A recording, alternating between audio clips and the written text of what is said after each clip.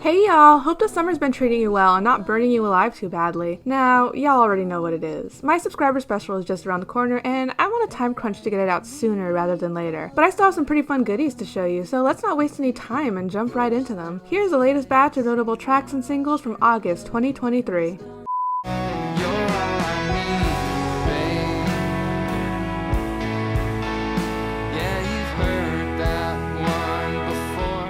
I had never heard of MJ Lenderman until this year. I only just barely found out he's the guitarist for Wednesday, a band I briefly mentioned on this channel before. But even then, he's been churning away at his own solo career for a while. And not gonna lie, I've been really digging his output from this year. Knockin is his latest single, and to sum it up briefly, this is essentially a modern reworking of Bob Dylan's Knockin' on Heaven's Door. You get that from the very moment he name drops it at the start. And musically, it's about as cut and dry of a reworking as you can get. Same chords, same general alternative country feel, but everything else is strangely bleak, even kind of depressing, whether he's singing on the mundanity of the hardware store, philosophizing on the benefits of loneliness, or crooning to the object of his desire, who, let's be real, may not harbor the same feelings for him. And when he finally circles back around to that title drop, well, he performs it with just the right amount of emotional weight to make this relatively simple song feel pretty damn cathartic. It's a nice little homage, probably not anything worth writing home about, but still one of the most instantly charming slacker tunes I've heard all year long anyway. That's good enough for me.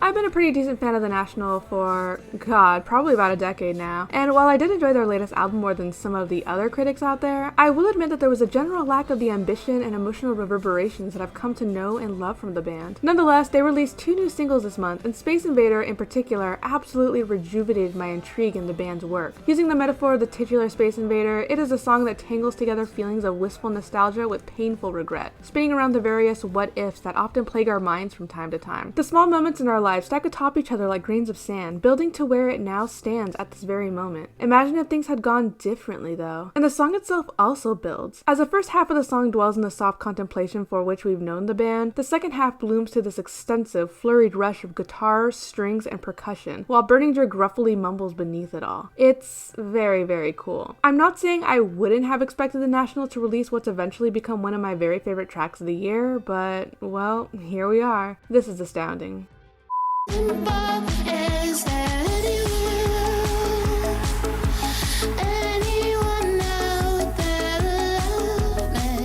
She is quite literally incapable of missing. Jesus Christ. I've talked about Hemlock Springs twice before and will continue to talk about her in my upcoming subscriber special. Spoilers for that, I am still so very enthusiastic about her as a performer, and it honestly feels like she's only getting better. I do sense a bit more of a pop-punk angle with this new single, not deliberately with the sound itself, but mainly in the pounding atmosphere and punchier performance from her. The melody is fantastic, which I have come to expect from her, and the electronic quirkiness that runs through the sound and structure is so incredibly fun, which I am still somehow so delightfully surprised by. It's also so nice hearing her open up and be vulnerable in her lyrics, as the song focuses on the universal theme of finding love and personal fulfillment in her life. And in doing so, she never sacrifices the utter weirdness that has helped her stand out so well among our contemporaries. Above all this, it actually sounds like a complete song, which, oh my god, this is some real artistic growth, I'll tell you what. I fear I might be hyping up her talents a tad too much, which risks eventual disappointment if she fails to upkeep these expectations, because how could anyone? Nonetheless, I can't underestimate how exhilarating it is to see a rising star in the making as we see it. Really excited for what the future holds for her.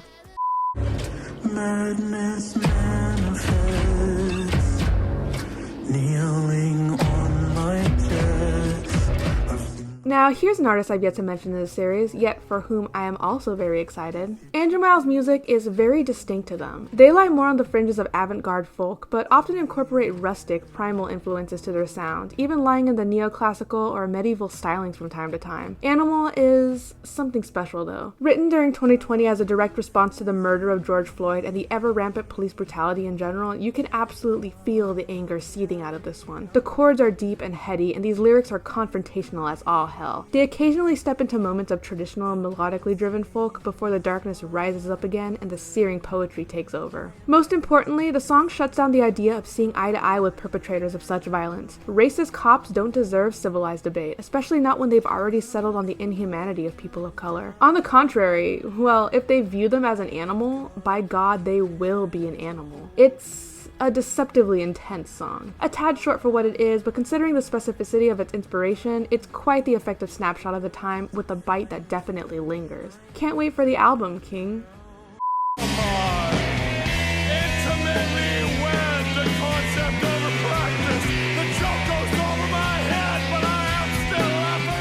Time to throw some more hype onto the Sprain train. That's fun to say. Anyway, whereas the previous two singles had me on varying levels of intrigue for their upcoming record, this latest one, oh geez, what the hell, man, this goes places. Contrary to the noise rock of their last couple singles, this feels like more of a straight post-hardcore track, with the noise rock elements thrown in more as embellishment. But that's not to understate the utter wildness on display here. This reads to me like a La Dispute song by way of chat pile, with the ultra discordant tones and erratic, ever-shifting tempos melding with the absolutely uncompromising emotional performances.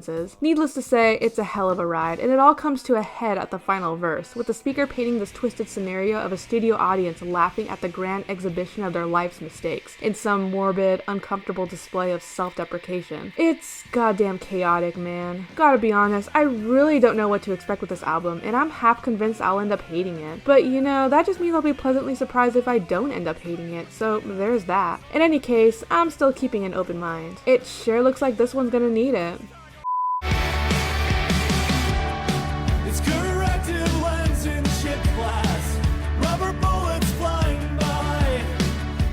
And finally, y'all know I gotta perform my civic duty of shilling for the latest Spanish Love Songs album. To be honest, it took me a second to fully get on board with this band. I always thought they were quite good, but it took a few spins of Brave Faces Everyone for me to see the fantastic topical songwriting for exactly what it really is. And now that I'm finally acclimated to it all and already have my own biases toward the Heartland style rock toward which they have shifted in this record, yeah, I kinda loved this. It's the same emotional potency that I've gotten used to hearing from the band, only set with a more pronounced shimmer of a background, which can be all that more devastating in the right moments. Take the album's closer, Re-Emerging Signs of the Apocalypse, which is a hell of a song title if I ever heard one. And, well, it's a hell of a song, an instant anthem if I may say so myself. Collecting fragments of the world around us until the weight becomes damn near unbearable, the track then takes it all and confronts it for what it is, a kaleidoscopic image of the world in which we live, in all its ugliness. But it's the only world we have, and each one of us plays a part of the whole. We can soldier through the darkness and persevere. We can survive, even if it hurts. And, well, Spanish Love Songs once again strikes right where it gets me the most. Amazing.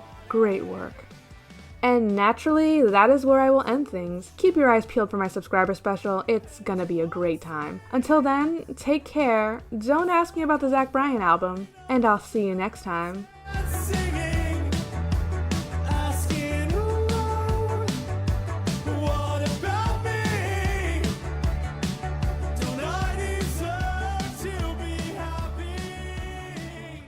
Happy